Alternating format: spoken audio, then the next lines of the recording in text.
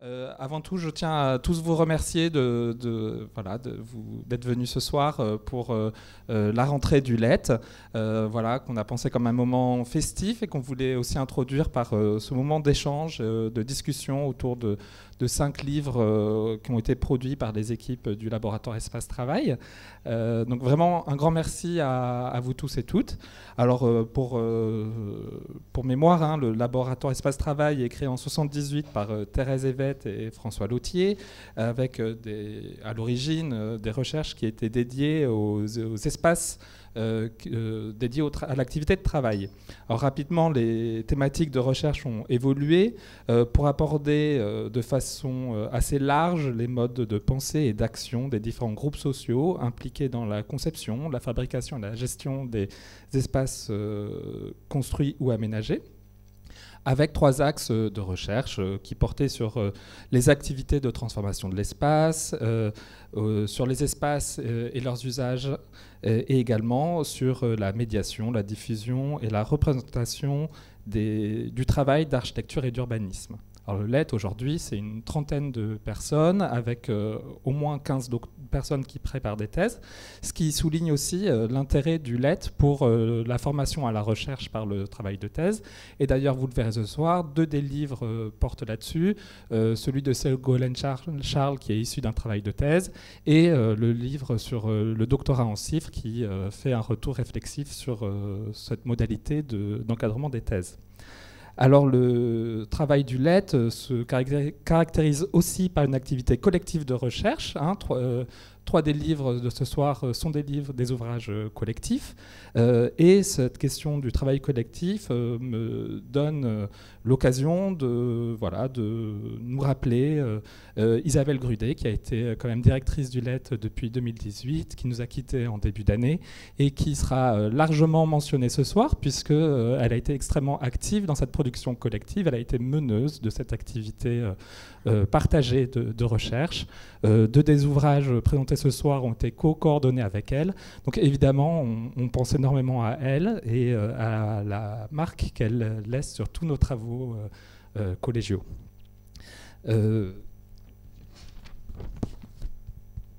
Donc l'objet de ce soir, c'est de mettre en discussion les travaux du LET par le moyen dont ils se traduisent dans des livres. L'idée, c'était un petit peu d'aborder cette manière dont les travaux du LET réfléchissent à différents éléments liés à l'architecture et à l'urbanisme. Donc nous vous proposons 3 thématiques un petit peu qui seront transversaux à tous les livres. Hein. Elles ne sont pas exclusives, tous les livres les abordent plus ou moins.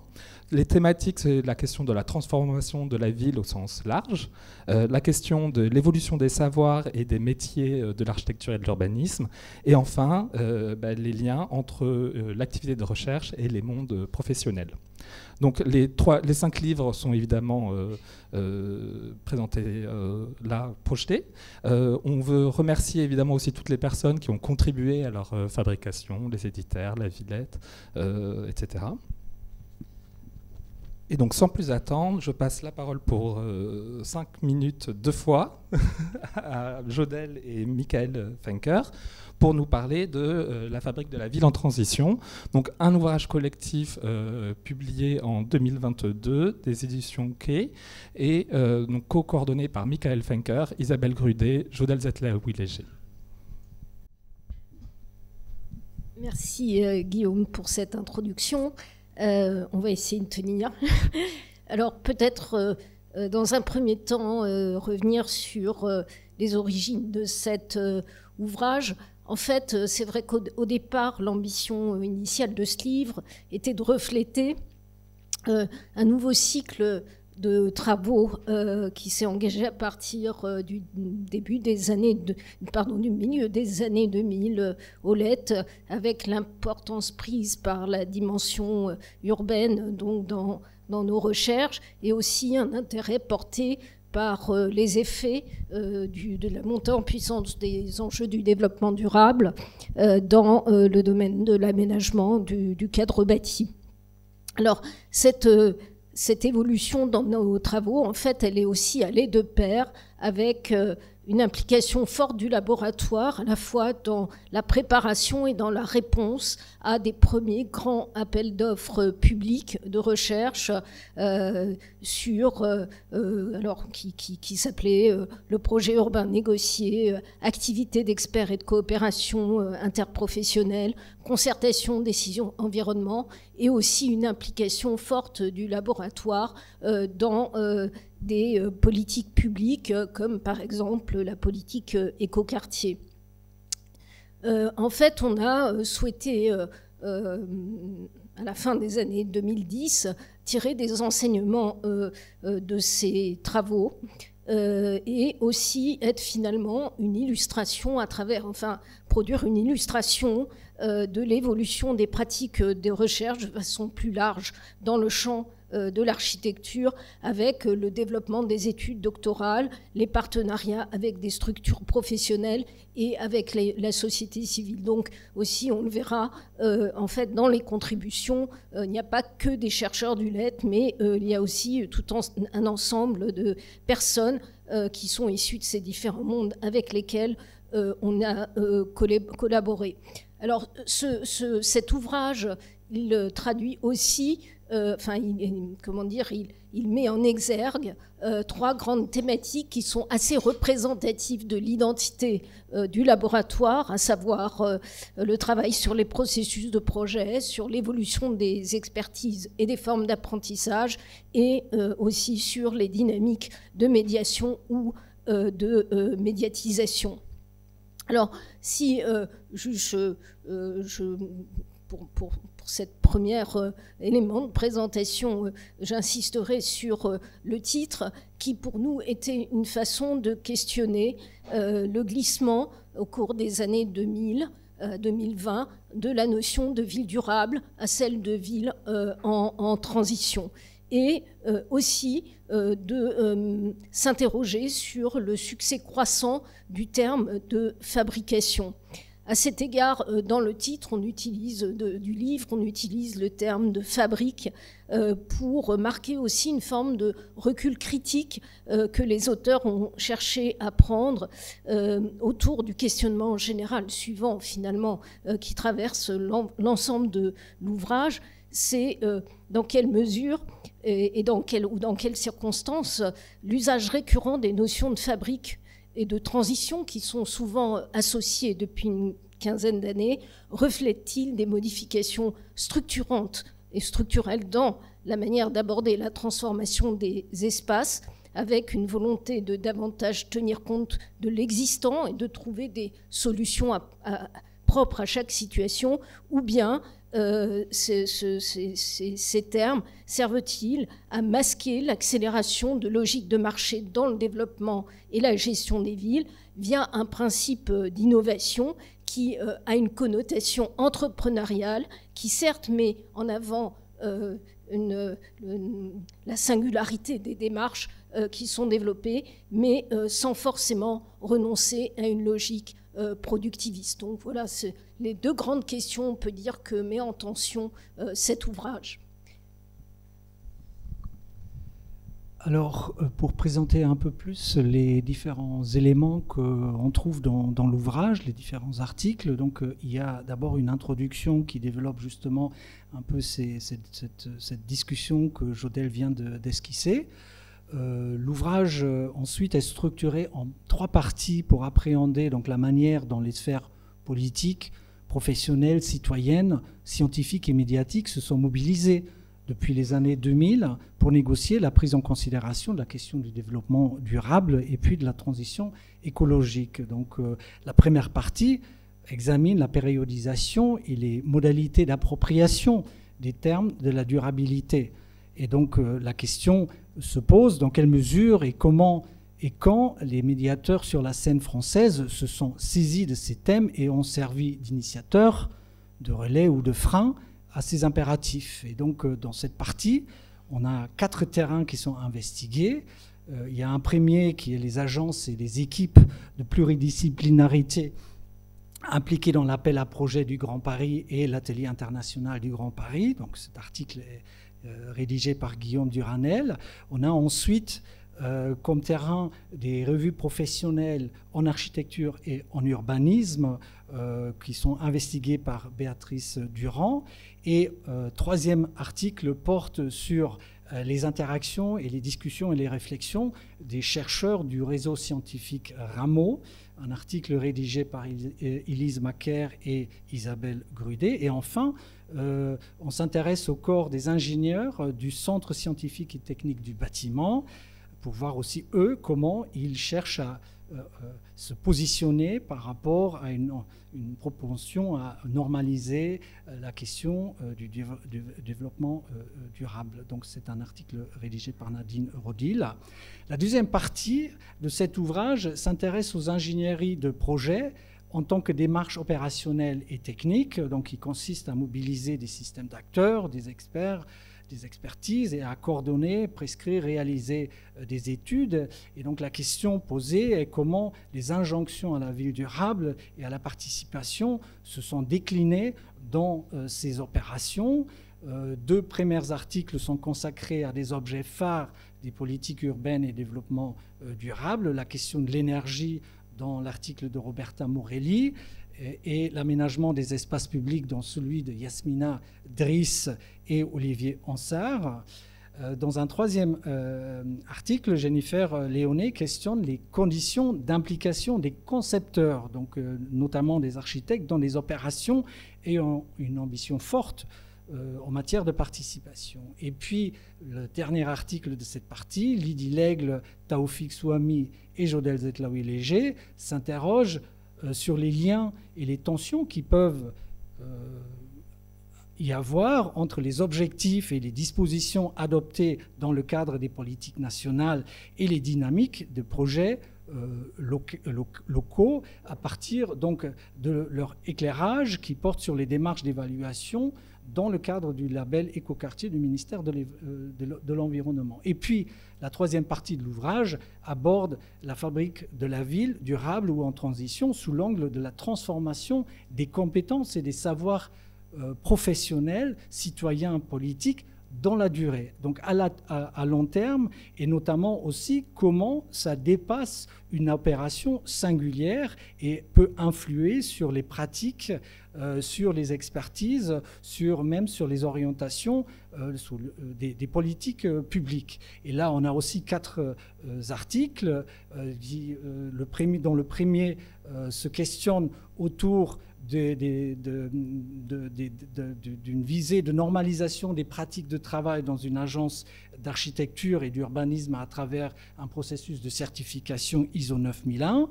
Et puis, donc ça c'est un article développé par Ségolène Charles. Camille Gardès et Adèle Morland s'intéressent au phénomène d'apprentissage et de réinvestissement des savoirs par les citoyens impliqués dans 2 opérations urbaines. Anne D'Orazio s'intéresse à la dynamique d'institutionnalisation de l'habitat participatif et en autopromotion. Et Michael Fenker analyse les dispositifs opérationnels dans les opérations labellisées écoquartiers et sur leur rôle de ressources ou de frein pour l'apprentissage de la maîtrise ouvrage urbaine. Donc, on a une postface ensuite, un peu de mise en perspective des apports et des limites aussi des contributions de cet ouvrage rédigé par Syria Emilianov. Et comme l'a un peu indiqué Jodel déjà, donc les contributeurs sont à la fois des chercheurs du laboratoire, mais aussi d'autres chercheurs, d'autres laboratoires avec qui on a collaboré sur certaines recherches. Et puis, quand je dis chercheurs, c'est à la fois des chercheurs confirmés, mais aussi des doctorants ou des ex-doctorants qui relatent leur travail.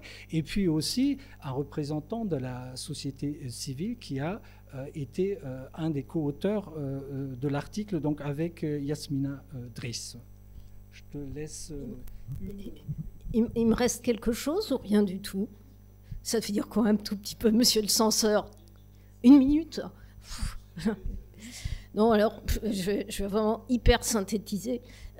En fait, on s'est rendu compte, comment dire, de manière un peu rétrospective aussi, quand on a commencé à prendre du recul avec cette production, c'est que finalement, il nous permet, ce livre, de pouvoir un petit peu apprécier finalement comment certains changements qui avaient été identifiés au début des années 2000 en matière d'ingénierie de projet se sont concrétisés au cours de ces dernières années, puisqu'on est là aussi pour valoriser le LED. Le LED avait été assez engagé dans des premières recherches et leurs publications autour de l'impact du développement durable sur les ingénieries de projet, donc, et puis les expertises. Et puis, ce qu'on constate aussi de façon transversale dans ces travaux, c'est que la question et la figure de l'habitant, qui était très absente dans les premiers travaux que j'ai cités tout à l'heure, au début des années 2000, a pris une place assez centrale, pas seulement dans les projets eux-mêmes et dans la recherche qui cherche qui vise à les analyser, mais finalement comme indicateur de la capacité des maîtrises d'ouvrage et des acteurs professionnels à opérer des changements dans leur pratique. Et puis, il y a une autre dimension qui prend aussi qui est un petit peu un vieux serpent de verre des politiques publiques en France et qui, a été de nouveau retravaillée ces derniers temps. C'est celle de l'évaluation qui, là aussi, va mettre en tension, par exemple, des logiques de planification nationale et d'instrumentalisation normative face à des situations locales qui, elles, cherchent à réinventer à la fois les problèmes et les solutions en matière d'aménagement. Donc je vous propose de conserver vos questions pour la fin des 5 présentations, et comme ça on pourra faire des questions transversales mais aussi spécifiques pour tous les auteurs et autrices. Donc le prochain ouvrage est un ouvrage de Ségolène Charles qui ne peut pas être avec nous physiquement ce soir pour des questions personnelles. C'est donc un ouvrage qui s'intitule L'élu, le citoyen et l'architecte, le projet urbain participatif. C'est un livre issu d'un travail de thèse soutenu en 2020 et co-dirigé par Jodelle Zatlaoui-Léger et Loïc Blondiot. Il a été publié en 2023 aux éditions du Bord de l'Eau.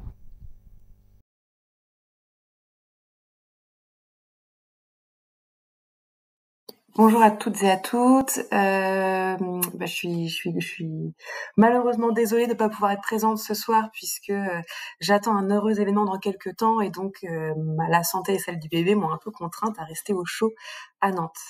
Alors aujourd'hui, je vais vous présenter le livre qui est issu de ma thèse de doctorat qui s'intitule L'élu, le citoyen et l'architecte, le projet urbain participatif. Qui a été publié en mars 2023 aux éditions du Bord de l'Eau, qui est une petite maison d'édition bordelaise avec lequel j'ai eu l'opportunité de publier ma thèse.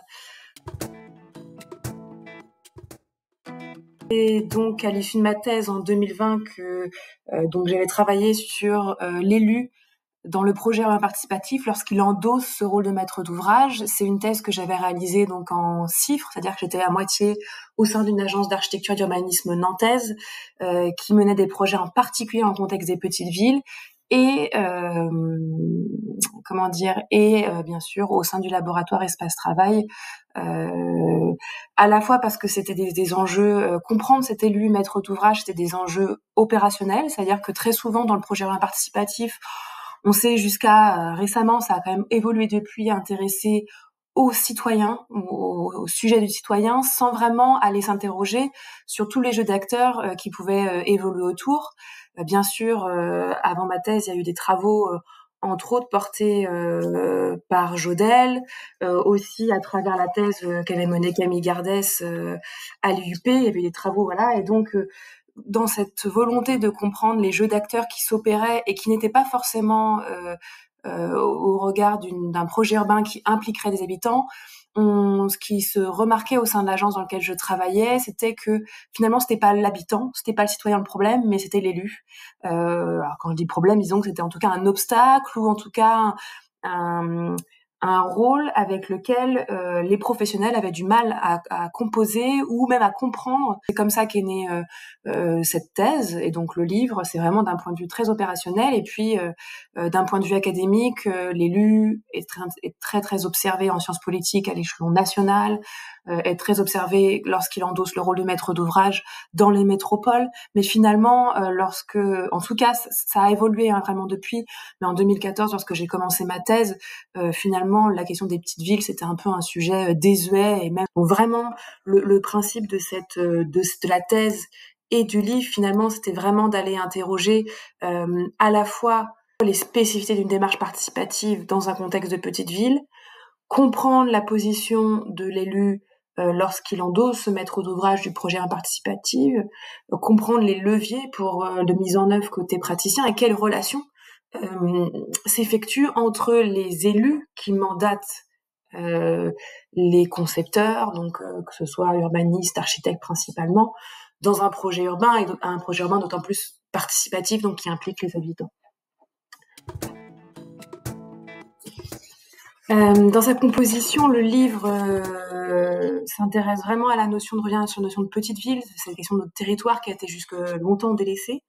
Je m'intéresse aussi aux élus, aux acteurs du projet participatif. Je remets le contexte, un peu historique du projet participatif. Et puis après, vraiment, je me suis focalisée sur la question de l'élu, du maire au cœur de la démocratie locale, mais aussi qui est dépourvu de capacité d'instruction du projet urbain. Et puis toujours avec ce contexte qui était propre de 2014 à 2020, mais qui reste pour travailler maintenant dans une intercommunalité avec la montée en puissance de la technostructure, du fait de la montée en compétences, de la prise de compétences des intercos au détriment des villes et des petites villes. Effectivement, ce que j'ai de montrer, c'est la dépendance qu'a l'élu à l'égard des consultants, en bien ou en mal, il ne s'agit pas de porter un jugement, la montée en compétence des intercommunalités et puis le poids des services dans cette démarche du projet urbain participatif. Les grands résultats, c'est vraiment mettre en lumière cette question du maire-président qui est régulateur du projet urbain participatif, de l'appréhension, de la participation qui est vraiment différente côté élu de côté service, où finalement élu, on observe en tout cas une forme de recherche de paix sociale, là où on a des services même dans les petites structures, dans les petites villes plus formées et donc plus conscients de la difficulté de mettre en place des enjeux de participation. Et d'un point de vue vraiment de ces postures de maire, toujours cette relation, mais qui est assez connue, mais qui en tout cas existe aussi dans le projet participatif, dans ce couple maire-DGS, président DGS. Et là où dans les recherches en sciences politiques sur l'intercommunalité, qui décrit de manière assez forte et négative les enjeux de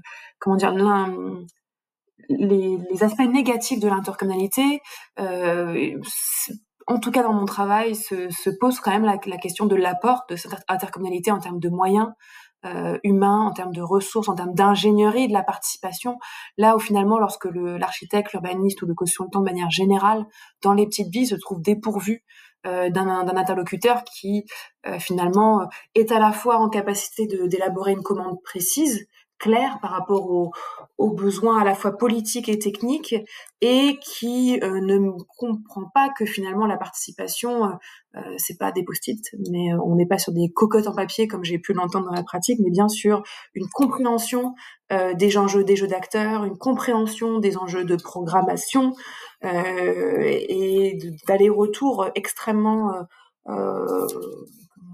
à la fois qui crée de l'incertitude dans le projet participatif, ce qui n'est pas évident côté maîtrise d'ouvrage, mais en même temps qui peut tout à fait se structurer, se préparer, et toute cette notion d'expression d'ingénierie de la participation, je trouve en tout cas, prend tout à fait son sens dans cette publication. Et puis côté agence d'architecture et d'urbanisme, je pense que c'est vraiment de montrer que l'aval du maire, c'est un préalable au travail des experts, qu'on a toujours, et ça on le voit dans d'autres recherches menées par le LET, des flous entre les missions d'assistance à maîtrise d'ouvrage et de maîtrise d'œuvre. Donc finalement, on passe dans des missions de programmation ou autres.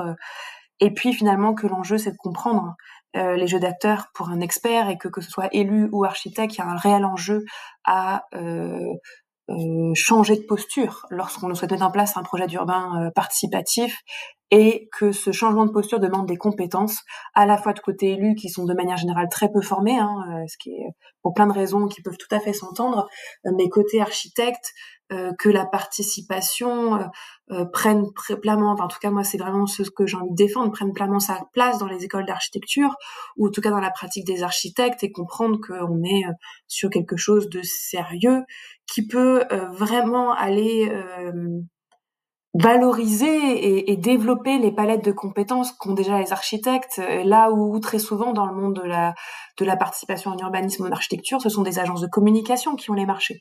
Donc vraiment, moi, c'est vraiment quelque chose qui me tient à cœur, et je pense que les architectes ont toute leur place pour mener des démarches participatives en urbanisme et en architecture qui auraient tout à fait leur sens. Pour conclure, j'aurais envie de remercier très chaleureusement mes 2 directeurs de thèse, Jodel qui m'a fait l'honneur de postfacer ce livre, et Loïc de le préfacer. C'était pour moi aussi une belle voilà, en tout cas un très beau soutien, mais je pense que c'était à la hauteur de du soutien et de l'accompagnement que j'ai pu avoir, particulièrement qualitatif dans le cadre de ma thèse et de la publication de ce livre. Je voudrais en profiter aussi pour remercier les chercheurs du laboratoire Espace Travail, dont j'ai profondément apprécié à la fois la bienveillance et l'exigence et les conseils qui m'ont permis de publier ce livre. Je remercie aussi le bureau de la recherche architecturale qui et paysagère et le laboratoire architecture, ville, urbanisme, environnement, le LAVU, qui ont tous les 2 participé au financement de cet ouvrage. Et j'aurais en conclusion une pensée pour Isabelle Grudet, sans qui je n'aurais jamais publié ce livre, puisque c'est elle qui m'a encouragée à aller chercher les financements, qui m'a permis de les pérenniser, et qui, voilà, à l'époque où elle est directrice de thèse, et à l'époque où j'étais déjà enceinte de ma première, fortement soutenue dans ce projet qui m'a beaucoup animée et dont je suis particulièrement heureuse. Et donc voilà, je pense que je vous souhaite à tous une très belle soirée. Je remercie encore tous les chercheurs, doctorants et docteurs qui ont participé à cette belle aventure grâce à laquelle j'ai ce livre entre les mains. Bonne soirée, et puis au plaisir de vous revoir dans quelques mois. Sans plus attendre, on revient dans la salle. Je vais tout de suite passer la parole à Élise Macaire, qui va aussi nous parler d'un livre collectif. Il s'agit de Dynamique de genre, la place des femmes en architecture, urbanisme et paysage. Donc ce livre a été co-dirigé par Stéphanie Bouys-Ménage, Stéphanie Dadour, Isabelle Grudet, Anna Breuil et Élise Macaire. Il s'agit d'un livre publié en 2024 aux éditions Parenthèse. Merci. Alors, je prends effectivement la parole au nom d'un collectif. Et cet ouvrage, on l'a présenté à l'occasion du 8 mars pour à la fois acter cette publication qui est le fruit d'un long travail, et aussi à l'occasion d'un hommage à Isabelle Grudet, qui a été une cheville ouvrière très très importante de ce travail-là. Alors je vais vous lire en partie, je ne sais pas trop comment... Stéphanie Bouys-Ménage est là dans la salle. Au début, je m'étais dit, tiens, peut-être qu'on pourrait le faire à 2, mais le dispositif scénique fait que c'est un peu plus délicat. Donc, je vais lire ce texte que tu as écrit, Stéphanie, si je me trompe, à l'occasion du 8 mars. Alors, l'ouvrage que nous présentons aujourd'hui, Dynamique de genre, la place des femmes en architecture, urbanisme et paysage, paru fin 2023 aux éditions Parenthèse, rassemble les actes du colloque Dynamique de genre et métiers de l'architecture, de l'urbanisme et du paysage que nous avons organisé, donc les 5 auteurs que tu as cités, Guillaume, en 2021. C'est un webinaire puisque nous étions en pleine crise sanitaire, et nous avons accueilli plus de 400 personnes au cours de 2 journées. Alors, tandis que les premières recherches développées en France dataient du début des années 2000, ce colloque est né d'une volonté de visibiliser les recherches actuelles en cours sur la place des femmes dans les métiers de la conception spatiale en France et de dresser un bilan des avancées et des limites de la féminisation et des dynamiques de genre à l'œuvre dans ces mondes professionnels. Alors, en parlant des métiers de la conception spatiale et non seulement des métiers de l'architecture, nous souhaitions porter un regard élargi sur l'ensemble des métiers de la conception et de la gestion des territoires, donc à savoir les métiers de l'architecture, de l'urbanisme et du paysage. Alors, avec un colloque international et des interventions en français et en anglais, donc nous avons d'ailleurs 2 publications. Celle-ci est la version française, mais nous avions pu éditer, on va dire, par nos propres moyens, une version en ligne et en anglais qui nous a permis de diffuser les résultats de ce colloque assez vite après voilà, sa tenue. Et donc, nous avons eu un gros travail de traduction, donc des textes de l'anglais vers le français pour cette version-là, mais aussi inversement pour la version en anglais qui est disponible en ligne. Donc voilà, c'est un colloque international et nous avions souhaité faire dialoguer les recherches françaises avec celles des autres contextes géographiques. Et en proposant un cadre conceptuel qui est construit autour du concept de genre, nous avons souhaité questionner l'ouverture des recherches récentes aux études de genre. Alors nous avons aussi organisé des tables rondes avec des professionnels engagés sur les enjeux du genre, soit du côté de l'égalité professionnelle, soit du côté de la prise en compte des enjeux de genre dans la conception d'espace. Et donc, il y a eu des moments d'échange avec des professionnels de la conception. Alors peut-être pour, avant de présenter, donner quelques éléments de cadrage statistique, c'est un peu notre spécialité du moment, sur la question de la féminisation. Voilà, donc Stéphanie nous rappelle que voilà, dans les métiers de l'architecture, la féminisation de la population des élèves a commencé à la fin du 19e siècle, dans les années 1880-1890, avec les premières admissions des femmes à l'école des beaux-arts et à l'école spéciale d'architecture. Donc voilà, cette féminisation a connu plusieurs jalons, dont l'un coïncide avec la fin de la section architecture à l'école des beaux-arts et l'ouverture des unités pédagogiques d'architecture à la fin des années 60, début des années 70. Alors, elle représentait alors 10% des élèves et les femmes sont devenues majoritaires en 2004 dans les populations étudiantes et jeunes diplômés. Alors aujourd'hui, côté institution, voilà, les femmes sont à peu près 30% parmi les inscrits à l'ordre.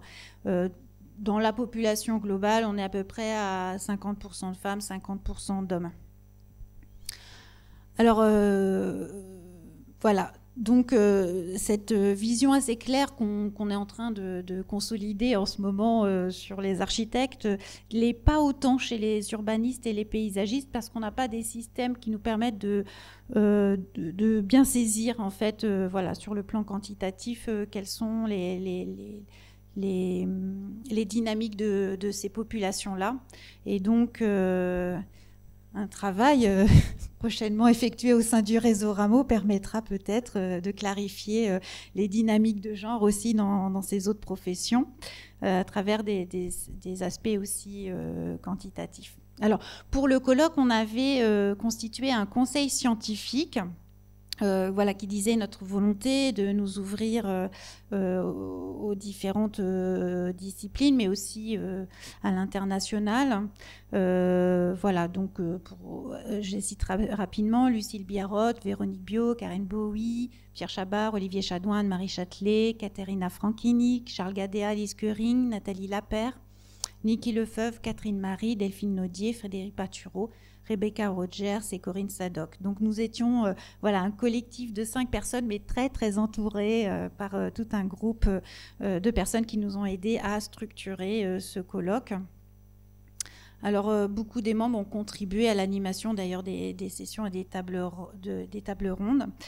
Alors quelques titres, donc ingénierie urbaine et dynamique de féminisation, l'architecture et le paysage, l'enseignement au prisme du genre, passer de l'invisible au visible, les outils de la socio-histoire, table ronde interprofessionnelle et témoignages, approche transversale et dynamique différenciée, table ronde enjeux conceptuels et sociaux du genre dans la fabrique urbaine et architecturale. Alors voilà, les intervenants et intervenantes sont architectes, urbanistes, chercheurs, chercheuses, historiennes, sociologues, politologues. Donc voilà, on avait un panel de gens de différentes disciplines et puis venant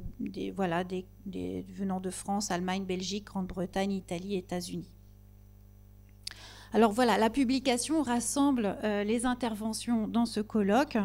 Malheureusement, les tables rondes n'ont pas pu être valorisées à ce stade. On les a filmées, elles sont bien au chaud dans nos archives. On espère un jour pouvoir les monter parce que ce sont justement les débats avec les professionnels et c'était des moments extrêmement intéressants.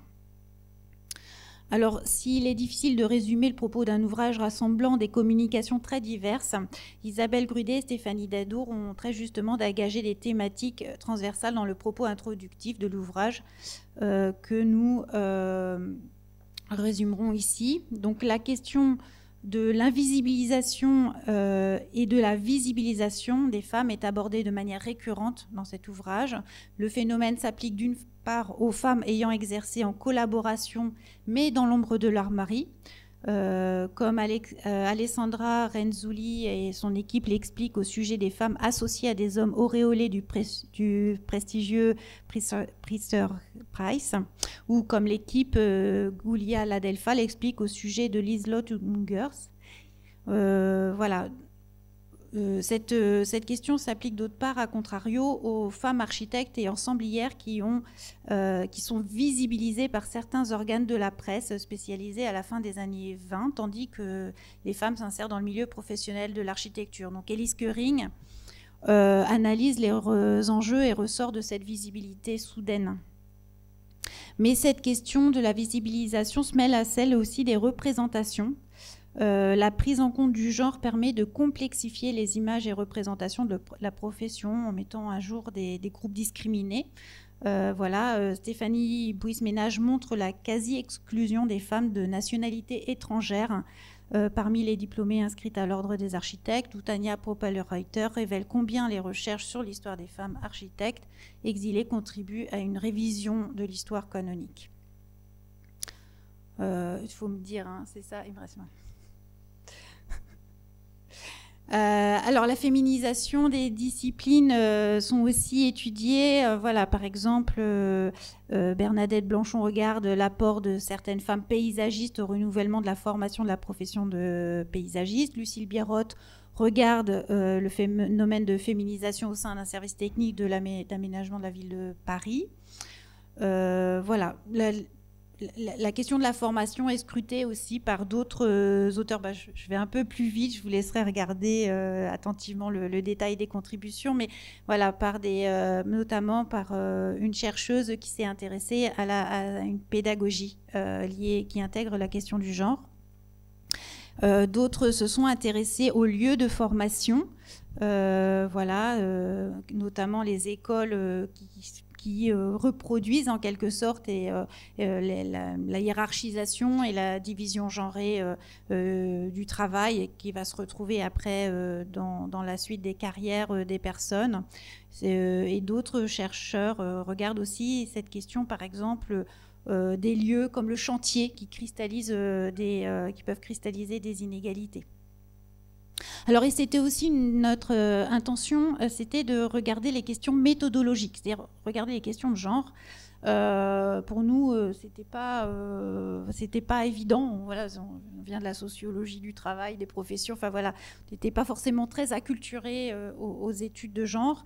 Et donc, on a voulu profiter de ce colloque aussi pour mettre à contribution les collègues sur comment on regarde, et notamment les historiens qui nous ont donné quelques clés de lecture sur à travers l'analyse de biographie ou regarder des métiers très spécifiques. Je pense aux femmes qui exercent dans le cadre des politiques de la ville et qui peuvent jouer un rôle très spécifique dans le secteur de l'urbanisme. Voilà, donc on retrouve en introduction et au début et à la fin de l'ouvrage aussi des contributions très importantes de Marie Pepczynski et Nathalie Lapère.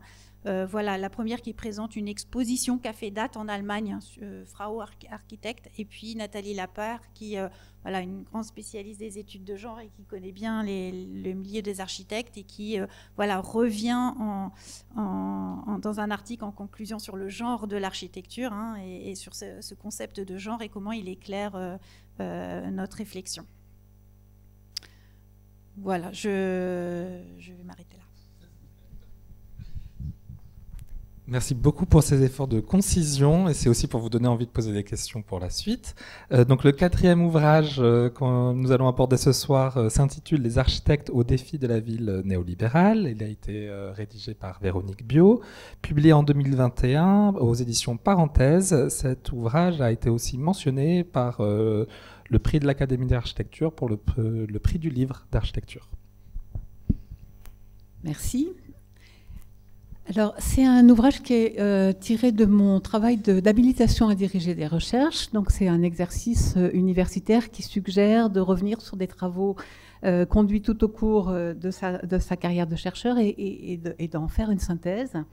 Donc, ça m'a permis effectivement de revisiter pas loin de 30 ans de travaux sur le groupe professionnel des architectes et les mutations qu'il était en train de vivre. Alors, peut-être que ça apparaît comme un livre plus individuel parce qu'il y a ma seule signature sur le livre et après tout, c'est quand même aussi un ouvrage très collectif parce que au cours de ces 30 ans, il y a beaucoup de personnes qui y ont contribué d'une manière ou d'une autre, que ce soit les chercheurs du CRH, du LAVU, du LED, du Rameau, qui ont échangé des discussions avec moi sur ces sujets, que ce soit les institutions de tutelle et de financement de la recherche qui m'ont permis aussi de mener des enquêtes, et même jusqu'à l'éditeur qui a fait un vrai travail éditorial. Et puis tout ce petit groupe de personnes ont discuté ensemble du titre qu'on pourrait donner à cet ouvrage et la notion de ville néolibérale qui n'était pas à l'origine dans mon travail a surgi comme étant le chapeau qui permettait de bien montrer ce que j'avais à dire dans cet ouvrage rétrospectif des 30 ou 40 dernières années de situation du groupe professionnel des architectes. Alors en effet, si j'essaye de résumer l'ouvrage en une phrase, elle est longue, mais on pourrait dire que le livre montre comment le statut privilégié qu'avaient les architectes depuis des siècles, aux côtés des décideurs politiques et administratifs, donc dans la sphère publique, s'est fortement affaibli depuis les années 2000 à peu près, pour inclure aujourd'hui les architectes plus directement dans des dispositifs conduits par les logiques technico-économiques du monde de l'immobilier dans la sphère privée. Voilà, c'est ce basculement d'un positionnement de l'architecte vraiment aux côtés du décideur politique vers maintenant de plus en plus souvent un architecte proche des logiques technico-économiques du monde de la construction, que finalement ce fil conducteur de l'ouvrage s'implante. Alors, pour déplier un peu ce fil, on peut remonter aux travaux des historiens qui nous ont bien montré comment, en France en tout cas, et sous des formes différentes au cours de l'histoire, les architectes avaient exercé en étroite relation avec la commande publique et avec le pouvoir politique. C'est ce qu'on appelle le système académique, qui s'est développé depuis le XVIIIe siècle et qui finalement a perduré sous des formes variées jusqu'au tournant de 1968 qu'Élise évoquait tout à l'heure. Donc avec un rôle vraiment extrêmement fort de la commande publique. Dans mon livre, mon point de départ n'est pas celui-là, je ne suis pas historienne, je pars de la loi sur l'architecture de 1977, de la loi MOP de 1985, parce qu'il me semble que ces deux lois sont les bases du pacte que l'État a passé avec le groupe professionnel des architectes en reconnaissant cette activité d'intérêt public et en même temps en organisant la reconnaissance de la pratique, sa protection partielle et le système donc de concours, de mise en concurrence pour la commande publique à travers la loi MOP. Alors il se trouve que je suis entrée dans ce milieu dans les années 80, et du coup je me suis trouvée dans les années 80 et 90, vraiment au moment de l'apogée de ces politiques publiques en faveur de la qualité architecturale, celles qui faisaient émerger un star system d'architectes des grands édifices publics. Donc on était passé par la période des grands projets du président Mitterrand, puis des politiques architecturales de prestige des maires juste après la décentralisation, les maires ayant obtenu un pouvoir accru sur leur politique architecturale et urbaine à ce moment-là. Donc période vraiment du recours très intense au concours public d'architecture, et on avait à ce moment-là un système extrêmement clair d'adossement de la reconnaissance en architecture sur un système critique, avec notamment les revues d'architecture qui fonctionnaient vraiment en boucle extrêmement serrée autour de la commande publique. On est un certain nombre ici à se souvenir de cette période, même si elle paraît maintenant extrêmement lointaine par rapport à ce qu'on peut vivre. Donc il y avait cette médiatisation d'une architecture publique, et au même moment, mais beaucoup plus discrètement, en tout cas du point de vue des architectes, le milieu du BTP se reconfigurait, se concentrait, comme disent les économistes, et donnait lieu à ces majors, Eiffage, Bouygues, Vinci.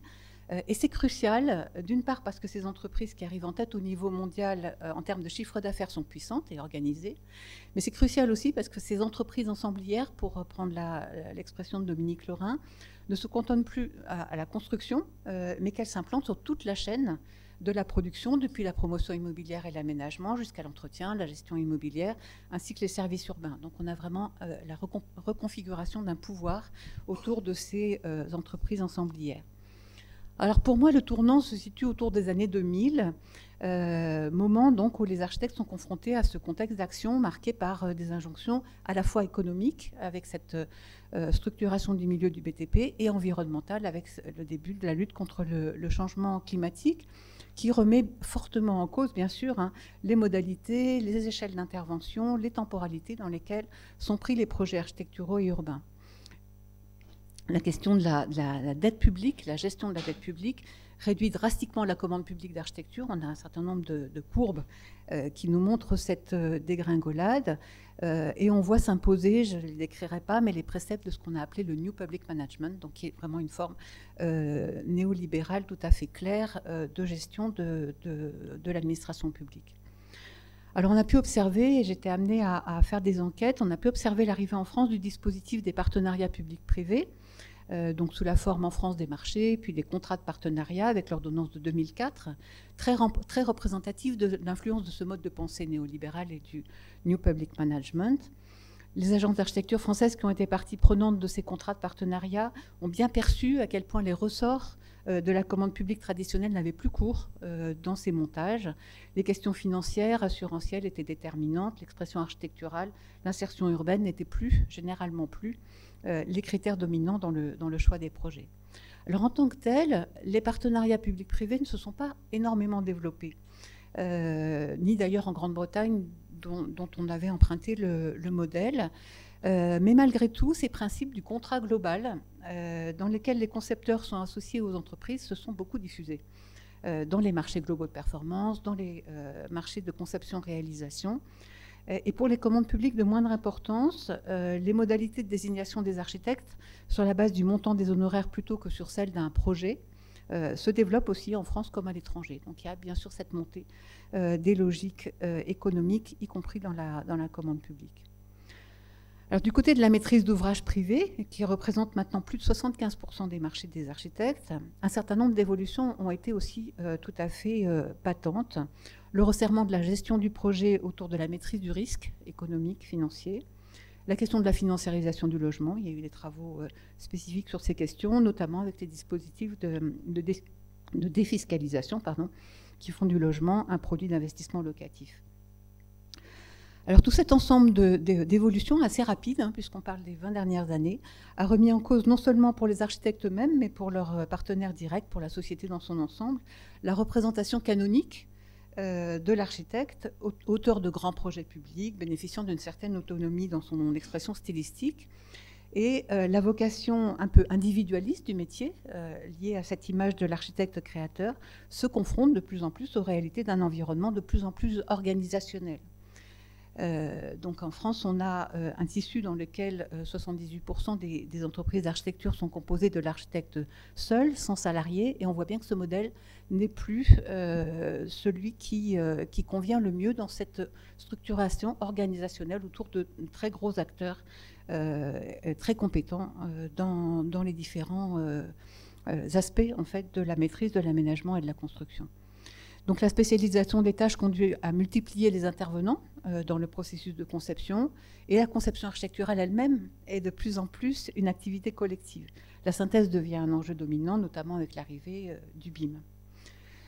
Alors, ce qu'on a vu aussi dans ces 20 dernières années, c'est la transformation du regard qu'on porte sur le modèle de l'entreprise d'architecture.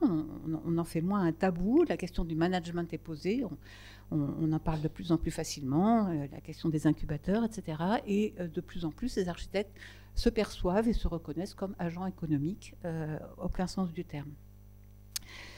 Donc cette évolution qu'on a bien voulu mettre sous ce terme de ville néolibérale ne me semble ni monolithique ni inexorable.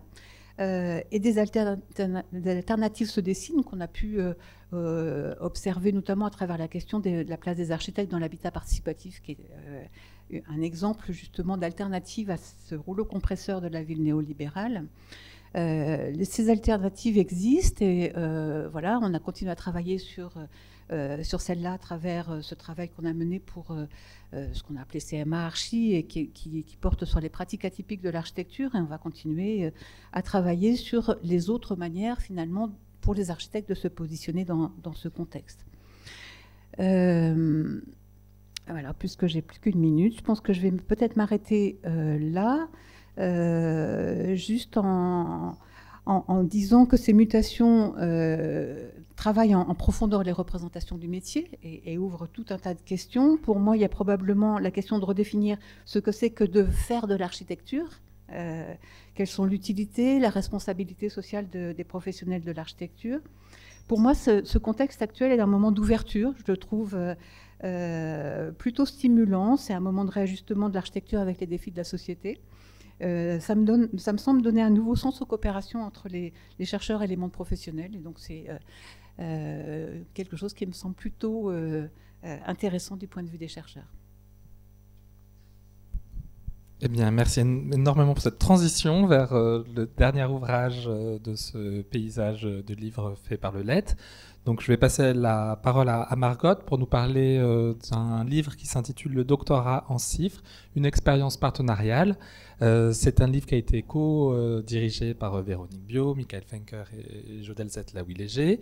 Il a été publié en 2021 avec le concours du Bureau de la Recherche et il est disponible en ligne, notamment sur le site du LET. Merci Guillaume. Bonsoir à toutes et à tous. Je me permets de rajouter un complément. En fait, l'ouvrage a aussi été illustré par Ségolène Charles et Nolwenn Dulieu, qui étaient engagés à l'époque aussi dans un partenariat CIFRE, voilà, donc avec des dessins sur mesure et des images faites d'après les textes du livre. Donc ce livret, en fait, il ne cherche pas forcément à faire la promotion à tout prix du dispositif CIFRE. L'idée, c'était plutôt de faire un arrêt sur image avec des expériences passées et en cours et de croiser les regards en fait, des différentes personnes qui étaient impliquées dans le dispositif. Donc, je vais revenir sur la genèse. Donc, on sait que le LET travaille sur les pratiques professionnelles. Et en fait, cette fois, il souhaitait explorer les pratiques professionnelles donc des acteurs de la ville et de l'aménagement dans leur collaboration avec les chercheurs. Et donc, voilà, plus particulièrement donc dans le domaine de l'architecture, et le CIFRE, c'est un objet idéal, voilà, comme une interface en fait entre ces deux mondes, et donc un vrai observatoire. Alors, je m'excuse, je pense que tout le monde le sait, mais je me dois de rappeler pour bien comprendre. Donc, c'est un dispositif tripartite entre un laboratoire de recherche, un doctorant et une structure d'accueil qui peut être publique ou privée. Et c'est un dispositif qui est aussi de plus en plus encouragé par les politiques publiques et donc de plus en plus employé. La première CIFRE en architecture, elle a été soutenue en 2007 Ensuite, il y a eu une mesure de la stratégie nationale de l'architecture en 2015 qui plaidait pour 100 doctorants CIFRE en agence d'ici 2020. Il y a aussi une plateforme qui s'appelle 1000 doctorants pour les territoires pour faire la relation avec les collectivités territoriales et les doctorants. Et à la dernière recension du Bureau de la recherche, donc en 2001, quand est sorti cet ouvrage, il avait décompté 80 CIFRE qui s'étaient déroulés. Et donc je pense que quand on va reprendre le décompte 3 ans plus tard, on va en trouver encore bien plus. On est 5 doctorants ou jeunes docteurs à avoir aussi contribué à ce dispositif au sein du laboratoire.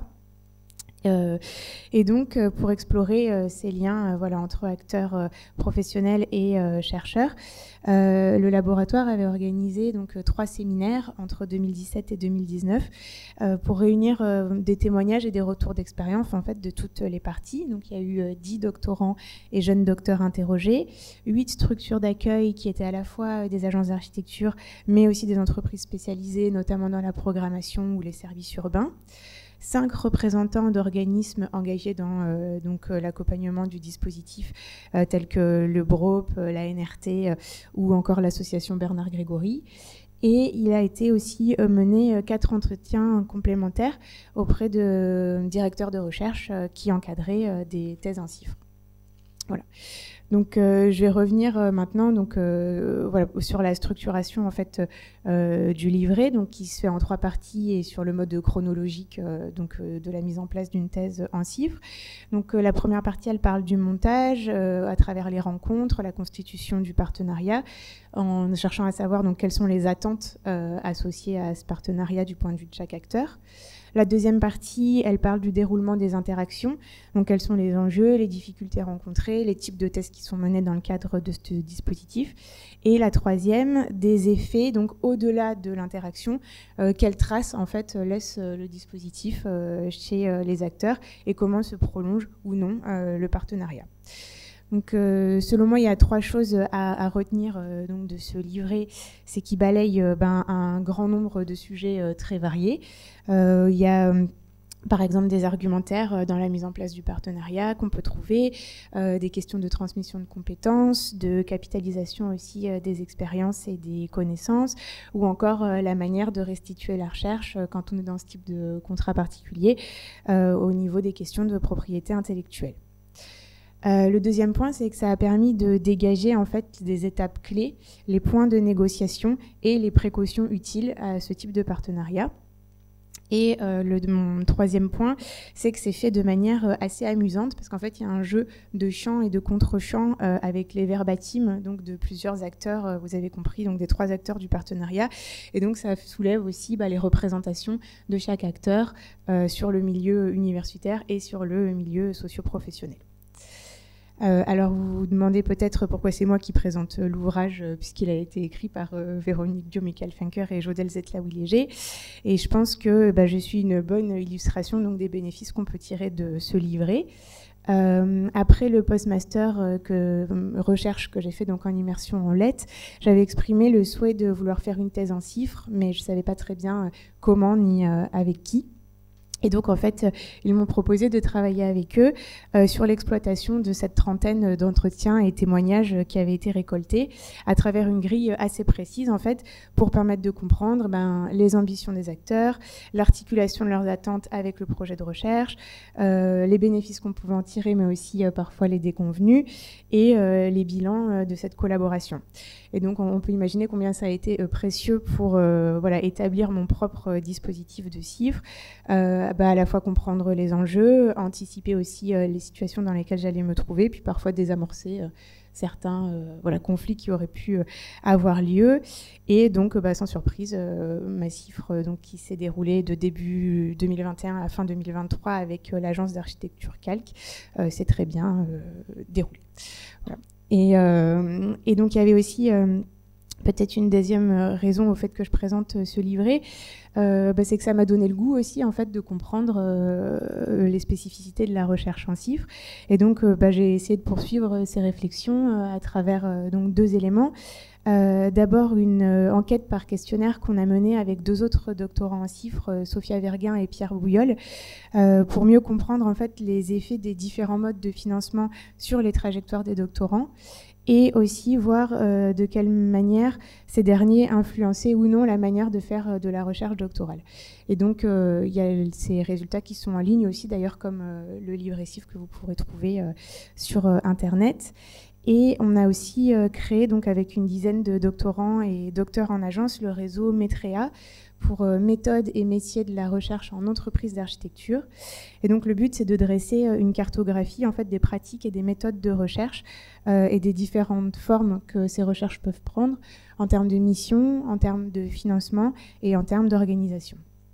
Voilà. Et donc, pour conclure, ce livret, donc, il est à mettre entre toutes les mains des personnes qui seraient intéressées donc par le dispositif CIFRE, mais aussi plus largement par des partenariats entre laboratoires et monde professionnel. Mais il s'inscrit aussi dans une série de questionnements que se posent d'autres chercheurs. Donc, je pense notamment dans le milieu de l'architecture et de l'urbanisme à Laurent Devim, qui a publié aussi une série de 3 entretiens dans les cahiers de la recherche architecturale, urbaine et paysagère, et aussi plus largement dans le monde des sciences humaines et sociales, donc avec l'association AD-CIFRE SHS qui traite de ces questions. Des doctorants ont aussi fait une enquête en 2021 sur les effets de la recherche en CIFRE dans les SHS. Et plus récemment, il y a un livre qui est paru en 2023 aux presses universitaires d'Aix-Marseille qui s'appelle « La thèse CIFRE en SHS, l'art de la double contrainte ». Voilà, donc c'est des questions qui n'ont pas fini de nous interroger et vous pouvez trouver des prémices dans ce livret. Merci beaucoup Margot. Donc à présent, la parole est à la salle pour les éventuelles questions aux auteurs sur les présentations que vous avez pu voir.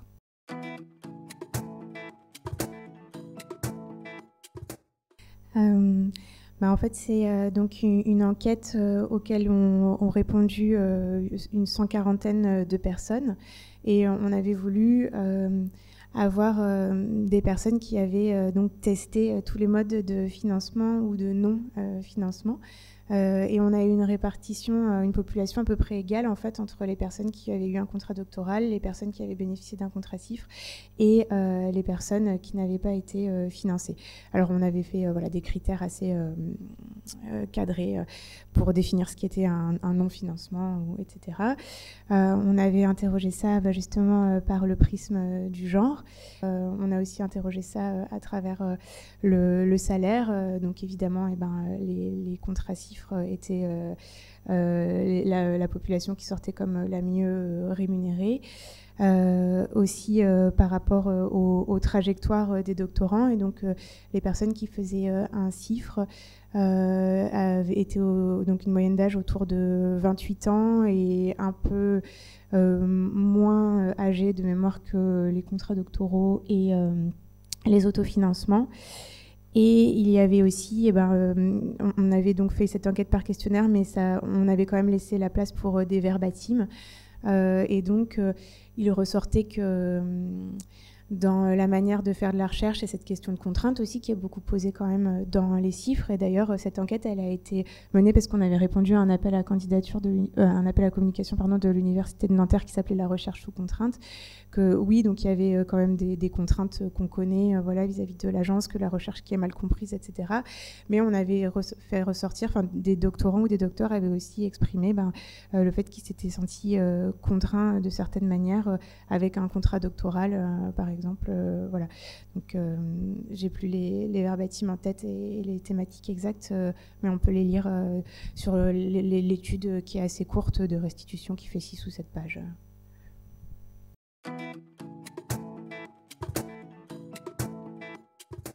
Oui, alors effectivement, c'est un des traits vraiment émergents de ce rapprochement entre l'activité de recherche et l'activité d'agence. Le fait que les agences hébergent des doctorants en CIFRE, c'est assez récent. On a parlé de 2004 pour la première thèse en CIFRE en architecture. Là maintenant, ça se complète ce débat-là. Je regarde Olivier Selnik qui a organisé pour le CNOA un webinaire sur la question justement de la recherche et du développement dans les agences d'architecture. Ça se complète par le dispositif des crédits impôt recherche qui ouvre autrement en fait la question de la recherche au sein des agences d'architecture. C'est un chantier. Pour l'instant, c'est pas encore extrêmement ni fréquent ni défini. Mais ça, avec les thématiques qui sont les nôtres, ça ouvre plein de perspectives très intéressantes, effectivement, de rapprochement en fait des problématiques issues du monde professionnel avec celles qui sont développées dans nos travaux de recherche.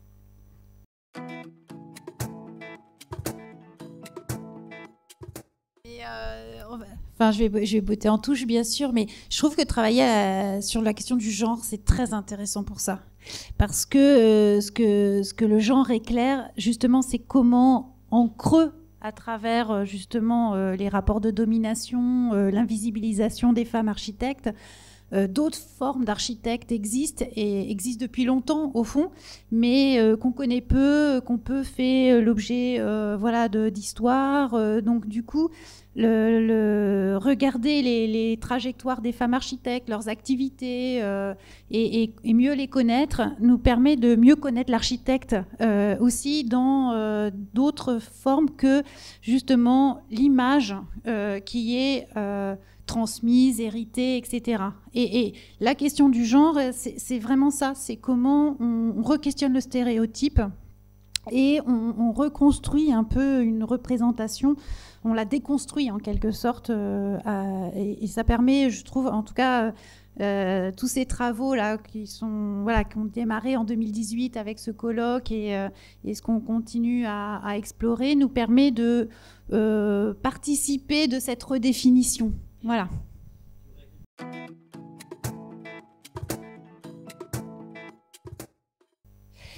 Oui, je vais laisser mes collègues répondre aussi, mais c'est sûr que quand on regarde les activités portées par les femmes, elles interviennent souvent aussi, on l'a vu avec la MICMA sur métiers compétences et métiers d'avenir, sur le fait qu'elles sont très impliquées dans les activités de conseil, d'AMO, l'accompagnement. D'ailleurs, dans la publication, il y a des articles là-dessus sur les femmes paysagistes, par exemple, qui ont été reconnues pour avoir une capacité à être dans l'écoute. Enfin, voilà, tous ces métiers, en fait, de l'accompagnement, du conseil, voilà, les femmes se sont assez clairement positionnées là-dessus. Et on a des secteurs d'activité assez féminisés. On a très peu d'infos malheureusement sur le secteur public et parapublic, mais on suppose que les femmes sont particulièrement présentes dans ces secteurs-là, parce qu'on sait qu'elles sont assez peu présentes finalement dans le secteur privé globalement.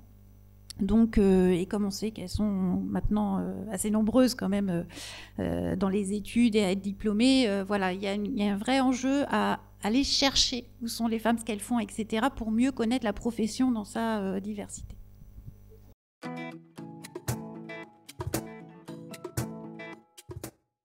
Oui, absolument. C'est-à-dire qu'en fait, enquêter sur les femmes architectes, c'est montrer leur contribution aux projets d'architecture, aux agences d'architecture. Et il y a des articles extrêmement intéressants sur ces femmes de l'ombre, en fait, qui souvent c'est le mari qui est connu, médiatisé, mais en fait la boutique elle tourne grâce aussi à la présence des femmes. Donc voilà, ces travaux permettent de réhabiliter d'une certaine manière c'est des personnes qui ont une contribution très importante en fait dans certains projets, dans certaines œuvres et qui sont malheureusement pas connues.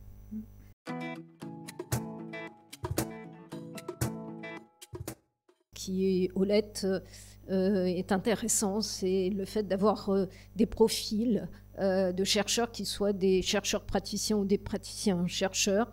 Et donc c'est vrai que ça nous a permis de construire une légitimité dans différents univers, que ce soit de la recherche, mais aussi de la recherche qu'on pourrait appeler institutionnelle. Et là, j'ai l'impression qu'on est un petit peu... c'est une réflexion que je me faisais ce matin dans la droite ligne des travaux du CERFI, qui était le fameux groupe de recherche inspiré de Michel Foucault et qui, au début des années 70, avait mené des expérimentations dans les villes nouvelles pour finalement tester des hypothèses de recherche dans des contextes d'innovation architecturale et urbaine. Et j'ai l'impression que ça soit à travers notre positionnement sur le développement de la recherche en chiffres, ou bien dans nos réponses à des appels à manifestations d'intérêt comme celui engagé pour la qualité du logement demain, on essaye vraiment de se trouver dans ces intersections entre différents domaines de réflexion et de pratique sur la ville. Alors, il me semble que le pas qu'on est en train aussi de franchir en ce moment, c'est de se dire finalement comment le chercheur peut ne pas être seulement en situation d'observation, ni être complètement dans l'action, dans une espèce d'entre-deux, pour favoriser à la fois une forme de réflexivité des acteurs sur leur propre pratique, mais nous-mêmes, comment mettre à l'épreuve des connaissances de la recherche pour fabriquer avec ces acteurs des méthodes ou des outils qui puissent permettre de faire évoluer les pratiques comme celle, par exemple, sur la production de l'habitat, sur l'hébergement des personnes défavorisées. C'est le travail qu'on mène en ce moment avec la Banque des territoires. Donc, on est en train de tester, je dirais, de nouveaux positionnements, en tout cas pour nous, mais aussi pour les acteurs de la recherche et de la pratique dans cet entre-deux. On explore finalement la notion de recherche embarquée. Juste pour continuer dans la même lignée, avec Jodelle, justement, on a eu une discussion hier sur un peu ces questions-là, et on s'est dit aussi, il y a une perspective aussi à définir mieux et à expérimenter un peu des formes d'immersion dans les terrains, qui est à mi-chemin entre effectivement une certaine distance, et il y a des échanges très, très ponctuels et plus dans le sens de capter des informations et éventuellement restituer des résultats, et une version complètement immersive, mais qui est presque trop proche du terrain et de l'action du terrain pour pouvoir mettre en question finalement la réflexivité ou alimenter la réflexivité. Donc, trouver un niveau de confiance et de connaissance mutuelle qui permet à la fois la distance, mais aussi la capacité d'introduire des choses et suffisamment pouvoir expérimenter, observer, vivre la façon dont ces acteurs, qu'est-ce qu'ils en font finalement de ces injections d'idées ou de questions qu'on peut apporter. Ça, je pense qu'il y a des choses à faire, à réfléchir, et où on peut progresser, être innovatif aussi, innovant, pardon. Très bien, merci beaucoup à tous les auteurs et autrices aussi pour le respect du temps de parole. Et je vous propose qu'on continue nos échanges de manière informelle dans un pot qui est dans la salle au fond du couloir.